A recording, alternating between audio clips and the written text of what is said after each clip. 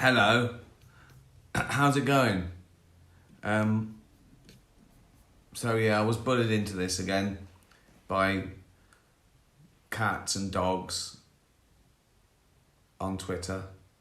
I haven't done one for a while, have I? Was it a month or so?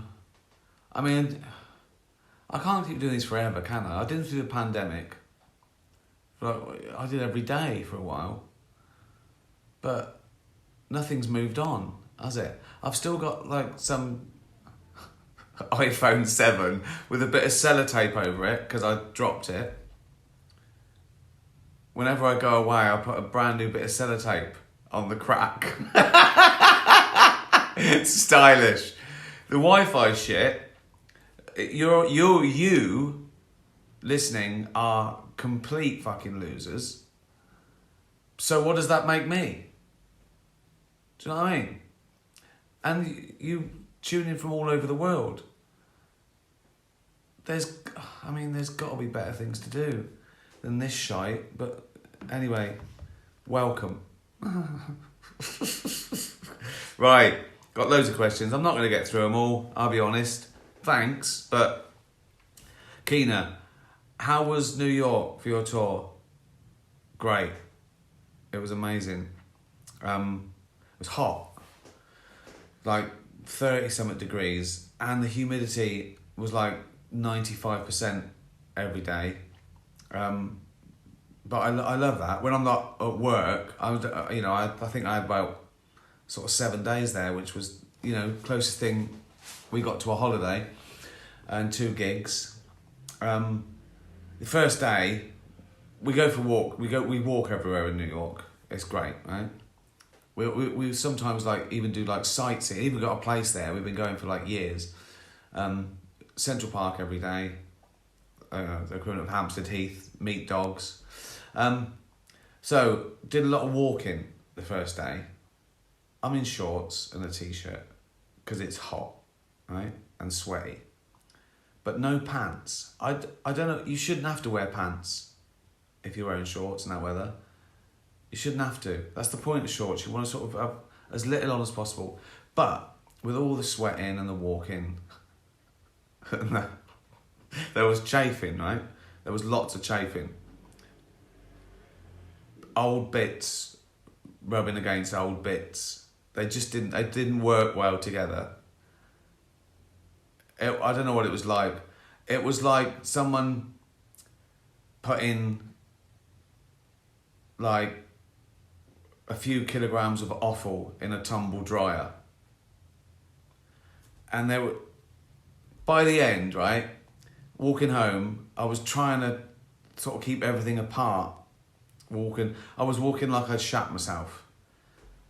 There was proper clunge problems. It was sweaty and red raw and everything. I was even sort of trying to tuck bits of my shorts in between the leg and the bollock to stop the rubbage. It was fine the next day.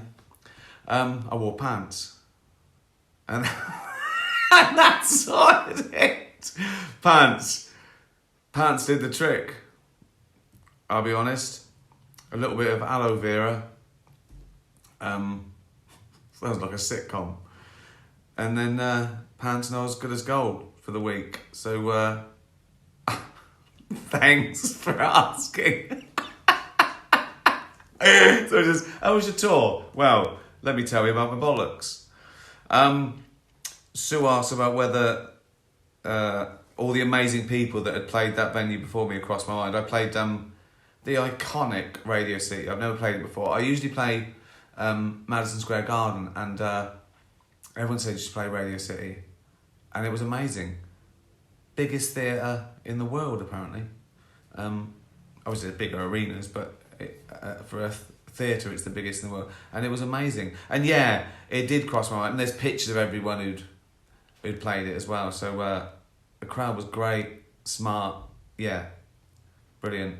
And Georgine asked, which venue did you prefer and enjoy performing more, Radio City or the Hollywood Bowl? Very different. I mean, if I'd played them both before and I was sort of over it, I guess the better venue for comedy would be Radio City, but there was something magical about the Hollywood Bowl because it was so vast and it was a nice evening and it's outdoors. It's a tricky one, and I was nervous for the first time before the Hollywood Bowl, and everyone was there, like people were saying, oh, Dave Grohl's in, Beck's in. Yeah. But they were both fantastic, both great.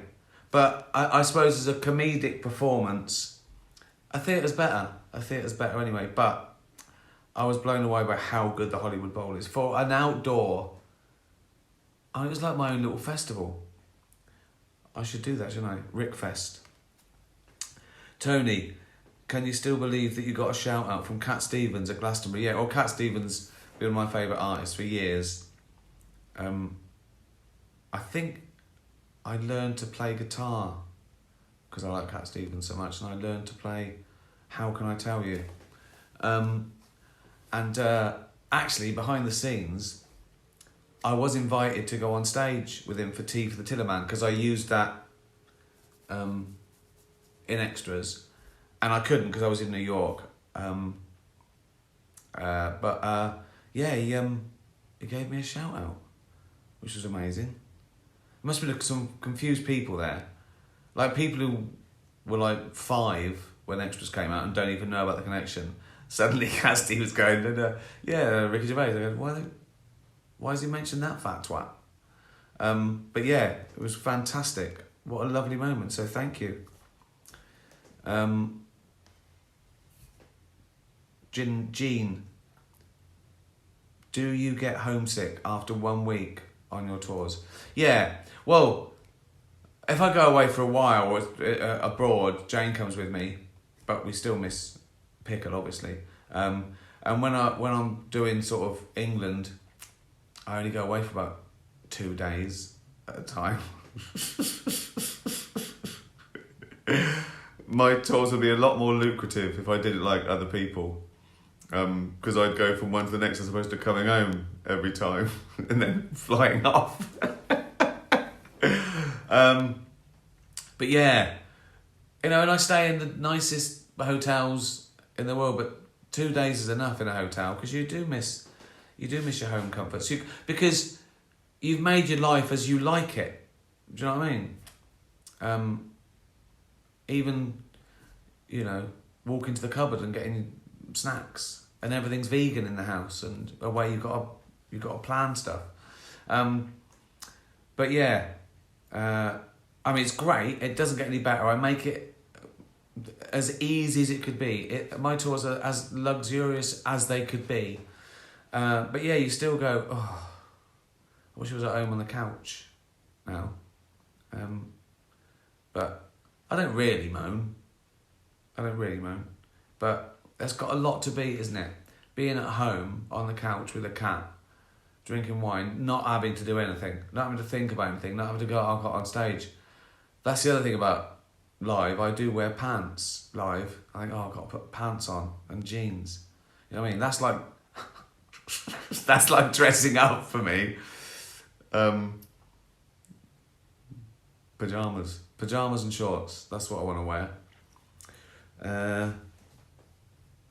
Leopold and Loveday, 2 cats.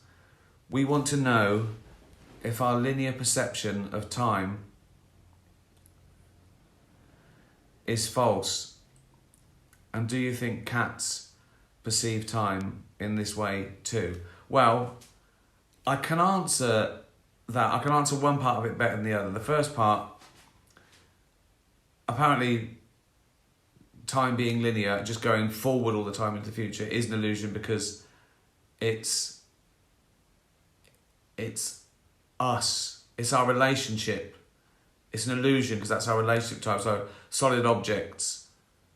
Oh, fuck me. I'm out of my depth here. Time is relative for a start, isn't it? Einstein said time is relative. It depends what you're doing. It's your journey that sort of matters, that gives you a perception of time. Bits that I've learned that I haven't thought about for years. Just having a go. But okay, I'll answer the second part of the question. I'm confident with this. Do you think cats perceive time in this way? No, because they're thick. They don't perceive anything, do they? See, that was easy. They just sit like that. Fly. Although Pickle sort of knows what time it is. He sort of wakes up at about 5:30. At 10 to 6, she starts meowing because she gets fed. One of her meals is at 6 o'clock. So I think they've got a stomach clock, haven't they? They've got that. Dogs are amazing.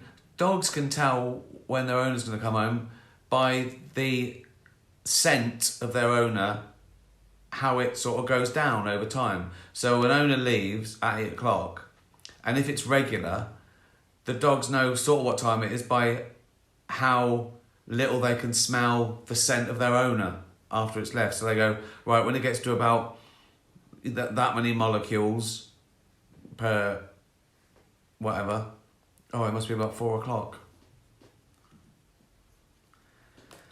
Fucking hell. I mean, I fucking tried, didn't I? I'm answering a bullshit question from a couple of cats.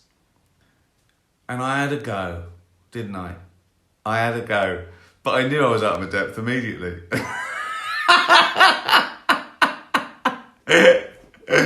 Monsieur Dougal, okay, it's a dog now. The duck-billed platypus and the star-nosed mole. What's that all about? You got a point there, Dougal. You got a point there. I know what's going on. But no animal is stranger than the next, is it really? Again, we've got this notion of what a normal animal is, but there's no such thing. Just think how different an elephant is to a wow, is to a mouse, is to a mollusk, an octopus, a fish. The diversity is incredible. So, you know, I mean, platypus is slightly different because it's one of the two mammals that lay eggs, but then, you know, I didn't make the rules. But good luck to them. Good luck to them. If you want to be like a fat, egg-laying mammal with a beak and a flat tail and webbed feet, fucking good luck to you. Do it. You be you. If you want to be a thing that's nearly blind, that lives underground with big fucking feet that does dirt and a star, then come on. But do it well. Right. I'm the new Attenborough. Nancy, except Pickle, do you miss something when you're away from home for a few days? Yes. I've sort of answered that, haven't I? Do you feel comfortable in a strange place? Like a hotel room? Yeah, again, particularly if I've stayed there before, you know, you make the most of it. But you always get a little bit anxiety when you know, it's not normal, you're in a foreign country maybe. Anything different sort of throws you a little bit. But I don't go anywhere that's so different. Do you know what I mean? I don't go to the Amazon jungle for a laugh.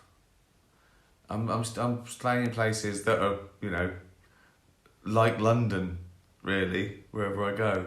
But yeah, I mean, yeah, I don't like leaving the house, really. I like to be able to leave the house, but I can leave the house and go, oh, I went for a walk, now I can sit down for 12 hours. Playing tennis, that's what I miss when I'm away, playing tennis. I love that.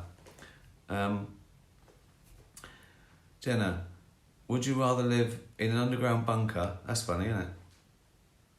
I've nearly answered this. Or in a really high tree house? Oh, whichever you choose, you can never leave it. Right, we've got to let some ground rules here. Are both the same amount spider-proof? Because I'm worried about the bunker and I'm worried about the tree house. If you said one of them didn't have any spiders, it'd be that one. But say everything's equal. So an underground bunker, right, so no sunlight, nice and safe, nice and quiet. That's what I really want. Peace and quiet. That's what I really want. But it probably would send you mental, wouldn't it? So the treehouse, at least you could look at shit. I suppose if the treehouse was nice and safe, and there was no more spiders in it than the bunker, I've got to choose the treehouse over the bunker, haven't I? Really? Because at least you can look at stuff. Tricky one, that. Good question. Helen, who is your favourite tennis player of all time? And have you ever been to watch Wimbledon? I have. Been a few times. Probably the most memorable was we were invited by Andy Murray and we went in the players box, which is, I mean, as good as it gets. It was amazing. Yeah, I went when I was about 14 or 15. So my favourite tennis players then, probably Nastase. He was fiery and inventive, and he was the bad lad of tennis. And then McEnroe after him, sort of similar. I love that. I love that sort of passion and fire. Martina Navratilova, you know, icons, really. Probably Nastase. Oh, my eyes are going again. It's this tiny print. Okay, now. Hi, Ricky. Who's your favourite artist or works of art? Congrats on the world tour success. Thank you. Two spring to mind. I've been to a lot of art galleries. I've seen a lot of art up close, and it's very different up close. It's suddenly I don't know, overwhelming. And the more famous the painting, the more you take in all the things that you've seen in print. My two favourites probably Turner and Rembrandt.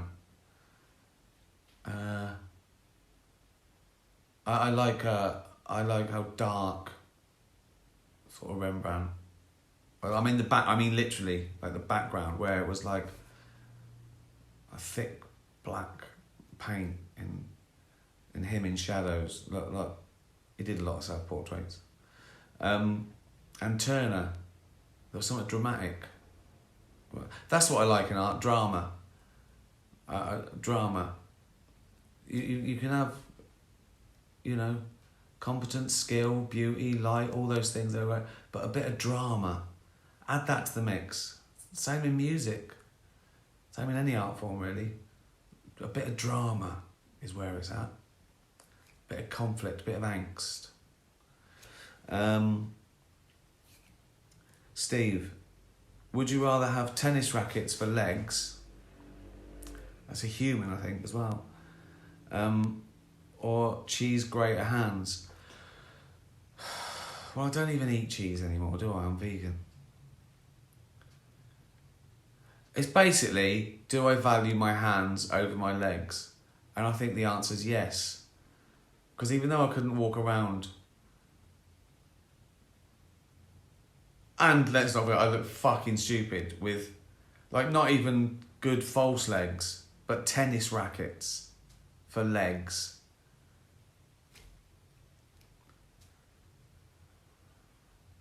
But no hands, really. Forget the cheese graters. What can I do with those? I might as well have no hands. Worse, in a way. Someone said, oh, hold my baby.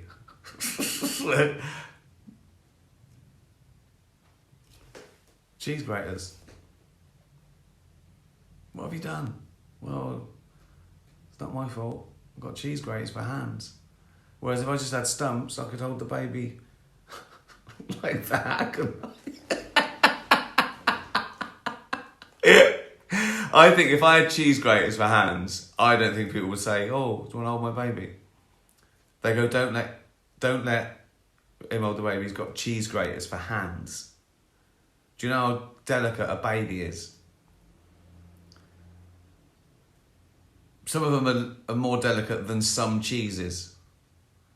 Like Parmesan, I reckon, is hardier than the average baby. It's got to be tennis rackets for legs because I need my hands. I mean, I could walk, you know, I could be wheeled around, or I could just sit somewhere. Whereas if you got cheese grater, you're fucked, aren't you? What if cheese graters for legs or tennis rackets for hands? That's a tricky one, isn't it? Still have to be the cheese graters for legs. I want real hands, okay? Never want to hold a baby anyway. I did this in Derek, but the steaks do. Why? What if I drop it? What's the point? You would say, hold my Ming vase. Why? Well, you'll be fine. Yeah, but why? What if I drop it? Well, don't drop it, obviously. Well, I'm not going to hold something that precious for a laugh.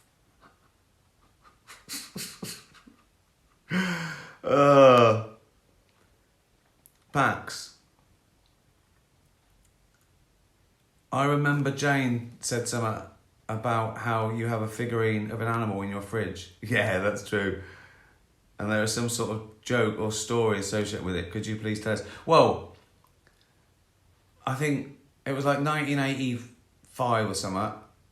Me and Jane, it might be our first flat, I can't remember. But there was an old neighbour who then was like 65, so well gone now. This is about like 40 years ago, whatever. And he liked us, so he gave us a little present. I used to go to a market that let junk, right? And it was a little plastic, one of those little plastic hollow antelopes, about that big. I don't know what it was for. One of those ornaments, knickknacks or something. And we sort of said, oh, thank you. And one of us, I can't remember which one of us even, put it in the fridge for a laugh so the other one would see it in the fridge. And then we've transferred it from every fridge we've ever had. It's been in like 10 different fridges over the last 35, 40 years. That's the story. What a fucking... Imagine that in a memoir. Imagine Ricky Gervais, the true story. Ricky Gervais, a funny thing happened on the way to the office. Right? And then that's the fucking story I tell. I remember when I was about 24, an elderly neighbour gave me an antelope which I put in the fridge, and it's been in every fridge. In every fridge, ever. Fucking hell. Imagine if that made the fucking diary. Bella. Long time no sticks. Bella's a dog. Speaking of which, have you found any really good sticks recently? I have. I look out for, I think of you often, Bella. Also, we go walking every day, and there's a sort of regular dog on our circuit. Certain dogs go out at certain times, so we, he's a big retriever called Atom. And for some reason, he likes me to have a stick with me, because he runs over and he takes the stick, and it's sort of like a joke almost. And he just bites it up and then he goes off. So when I get to where he's coming up, Jay goes, have you got a stick? And I have to find a good stick. For Atom. That sounds mad, doesn't it? That sounds mental. And then along the way, sometimes other dogs, I've got a stick. That was for Atom, but he's not here yet. You have it, I'll get another stick. There's a dog called Chestnut who likes you to throw sticks up to 4. So you throw a stick, she picks it up. You find another one, she goes and she gets 2, and she goes back to 2, and you have to throw another one. And I think her record might be 5. So yeah, I've been through a lot of sticks in my time, Bella. I'm probably not an expert like you, but I do consider, I go, well, they crunch that up, no problem. That's like a nice hardy one. Or that one's got a bit of sharp, oh no, I bite off these sharp edges. So yeah, fuck me. I'm wasting my life talking to you. Thank you for following. Oh, I'm on what is it? Threads. I'm on Threads and Instagram. Just in case Twitter goes down, people keep saying it's not the same and all that. Maybe not. I don't know. And Facebook.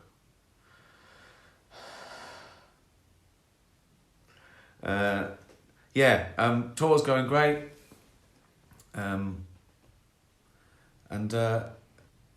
I mean the Hollywood Bowl was pretty amazing. It's still surreal. It was like 2 months ago, and it was in all the papers that it made a record amount for a one-off gig, right? But I've got outlay as well, haven't I? I've got the flights. I've got stage gear. This Matalan t-shirt was $3.99. Actually, I think I mentioned that before in a tweet or on this, and Matalan sent me some free ones for my birthday, so I didn't even pay for these. They're great t-shirts. I don't care. I'm not a snob. They're really lovely. I haven't got a deal, by the way. Matalan aren't paying me for this. This is a free. I'm giving it away, but they're great. I've got designer t-shirts that don't last this long. So thank you, Matalan. Because I gave you a plug, can you give some money to a dog or cat charity? Poor Matalan. They sent me a gift. They thought it would be funny, and now you're going to hassle them. You're going to at them in, aren't you? Matalan, give $5,000 to a dog or cat charity. And thanks for the t-shirts. Right. That'll do, won't it? Cheers, everyone. Thanks for following. Be nice to animals. Tatty bye.